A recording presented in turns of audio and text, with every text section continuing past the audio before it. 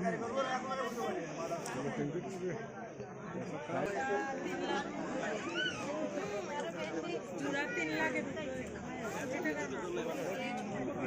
খবর পেয়েছি ভোরবেলা যে দেওছড়া স্কুলের পেছনে দুটো ডিআই বোলেরো গাড়ি আটক করা হয়েছে এবং সেটাতে 12টা বিভিন্ন ব্রিডের গরু আটক করা হয়েছে, পাবলিক আটক করেছে এবং কিছু স্ক্যাটার্ড ইনসিডেন্টও হয়েছে, গাড়ি ভাঙচুর হয়েছে, একজনকে হয়তো একটু মারধরও করা হয়েছে পাবলিকের দ্বারা।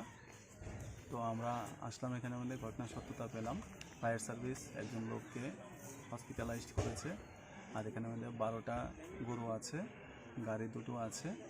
তো আমরা দেখছি যদি স্থানীয় লোকজন কোনো রকমের অভিযোগ দেয়, সেই অভিযোগ মোতাবেক আমরা এফআইআর রেজিস্টার করব অ্যানিম্যাল ক্রুয়েলটি অ্যাক্টে, অথবা আমরা সুমোটো কমপ্লেন নিয়ে এটা তদন্ত করব।